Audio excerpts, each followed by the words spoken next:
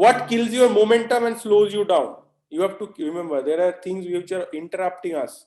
Okay, and this is very important. When we are working, we create our environment in such a way that there are things which are interrupting and bothering us. For example, the phone. Somebody give an example on the phone. The phone is ringing. Like even now, I am taking session. There are people who are calling me. Okay. Now every time they call me somewhere, I get distracted and disturbed. Right. I need to keep my phone near me because I am constantly checking the on YouTube. Like if people are commenting anything, I keep an eye. Right.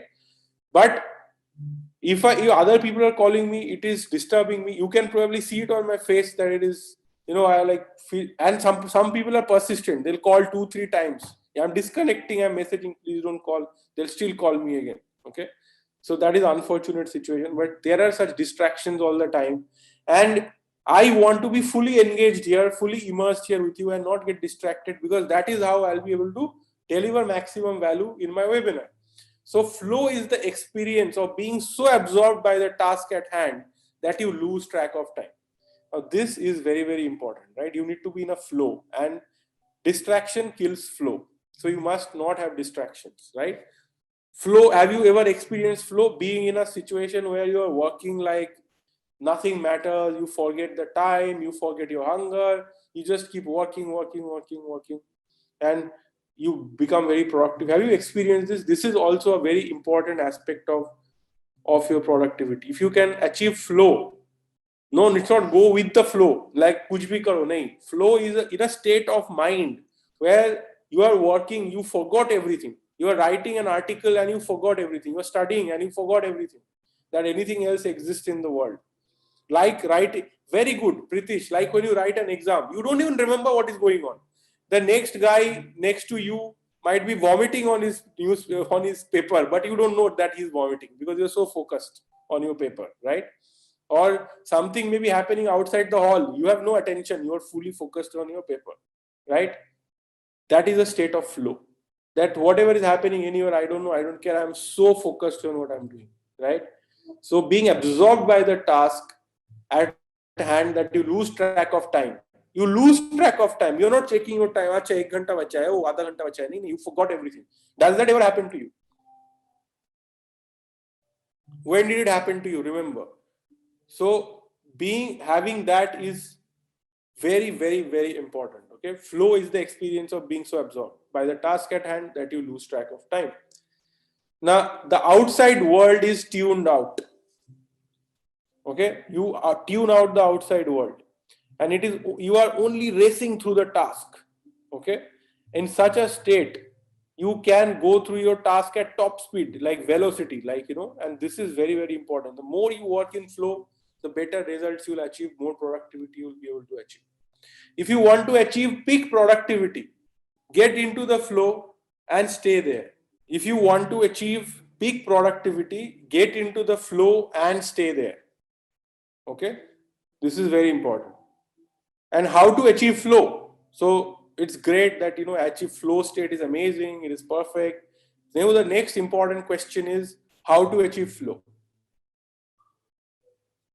Do just one task, right? So there is a lot of romanticizing of multitasking in our society, that he's a multitasker, is amazing. All the people who are good at multitasking are always doing one task at a time. They are not doing multitasking. If you do multitasking, you will not be good at anything, right? Do just one task at a time. Multitasking is not to be glamorized. Okay, train the world not to interrupt you. People needs to learn that interrupting you is not welcome. Do not be welcoming to interruption. Oh, acha, come, I am so nice. Impinge on my time. Now I am working, come waste my time. That's not okay. Train the world not to interrupt you. Please, this is the time when I work. This is the time when I don't do meetings. I don't talk to anyone. Let me focus. Train the world not to interrupt you. Be obsessed with completion, right? People who are very good performers, they are not normal people. People who achieve really good results, they're not normal people. If you're trying to be like normal people, you'll never have amazing success in life, right? For that, you have to cut off interruption. You have to be obsessed with completion. That before I finish, I will not even go to toilet. I will not even get up. I have to finish before I do anything else. Like that, right? Like it may be It's supposed to be a 1 hour webinar, but it has been 1.5 hours. But before I finish and before I make sure whoever is staying with me gets it, I will not leave this webinar. I'm obsessed with completing it very well, right? I don't care anything else about this right now. Okay, very important that we allocate long blocks of time, right? Do not give short time. Like, you have to get long blocks. Okay, so if you're going to write an article, do not allocate 1 hour over 3 days, 4 days, right? They better give yourself one block of 3 hours, 4 hours when you finish it off. Okay, create habit patterns around your work. This is very, very important. Okay, can you guess what is habit patterns around your work? So for example, I'll give you example from my life, right? So 9 o'clock every day, I have a trainer who comes and then I work out, okay, with weights. I do weightlifting training, whatever workout, 9 to 10, okay. And 10 o'clock, I have a meeting every day, single day, 10 o'clock, I have a meeting with a certain team. 10 o'clock, I have a meeting. And if I don't have a meeting with that team, some other team, I'll have a meeting, but 10 o'clock only. All team meetings are at 10 o'clock. And this is a habit for me that 10 o'clock, I know there is a meeting. And if there is no meeting, I have free time, no problem. But meetings are not at other random times. It's specific at 10 o'clock. Okay. Every day, 5 o'clock, I play badminton. If I am in Delhi, where I live, if I'm at my house, at 5 o'clock, I played a badminton. 6 o'clock, immediately after that, I know exactly what work I'll have. Okay, I have a fixed time for writing. Like, for example, 9 o'clock, I do a webinar. Every day, 9 o'clock, I do a webinar. So it is fixed. It's not like one day 9 o'clock, one day 7 o'clock, one day 3 o'clock. It's very difficult to keep such timetable, right? So it is very important that we have a habit. Now I have a habit. At 9 o'clock, I know I have a webinar. No matter where in the world I am, I know I have a webinar. Everybody around me know 9 o'clock, I have a webinar. They cannot reach me. It is not possible. I'll have a webinar 9 o'clock. That's it, right? So habit patterns are very favorable. You have to create habit patterns around your work. So for example, you can have this thing that every day, 7 o'clock to 8 o'clock in the evening, I do business development for my practice. Okay. And every day, 7 o'clock, I will do business development. I'll do nothing else. 7 o'clock means this. Okay. Or a client meeting time is 8 o'clock to 9 o'clock. 8 o'clock to 9 o'clock, it's always dedicated for client meeting. Now, having this kind of very specific habit patterns as far as possible, sometimes it will get disturbed, but trying to create this certainty around and habits around your work, this is what is going to keep you highly, highly productive and make a big difference. Okay. Thinking versus acting. This is also very important to realize that productivity requires you to act, not just think, right? A lot of people thinking and thoughts never ever moved any needle. You have to act. You have to take action. So take action. If you want to measure productivity, you have to take action. Do not feel good because you're thinking. And you have to remember, you have to always check yourself. Am I sitting and thinking, or am I taking action? Okay. Even if you're thinking, it is not enough that you're thinking.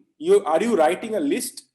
Are you writing it down? If that is action, I am making a plan. See, I am thinking how to get an LLM, or I am thinking how to get into Harvard Law School.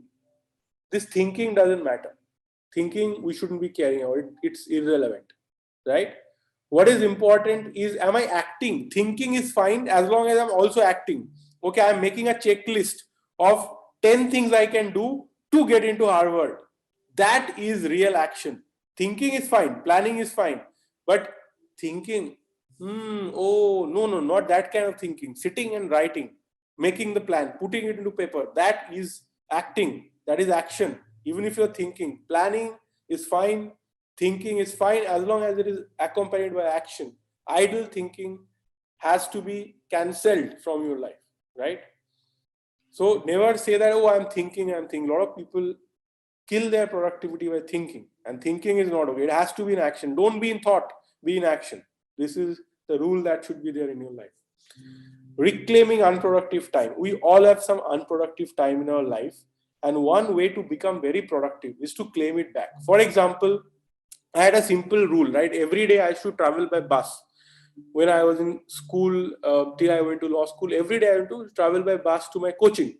And I knew in the bus what I'll be reading. In the bus, I used to practice vocabulary every single day. If I'm in a bus, I practice vocabulary. Even today, I have such rules that every time I'm traveling by a taxi, I'm practicing learning a new language, nothing else. Okay, I'm in a taxi. This is my rule in my life. I'm in a taxi, great, practice a new language. Okay, open the app, start practicing a new language. It's just a rule.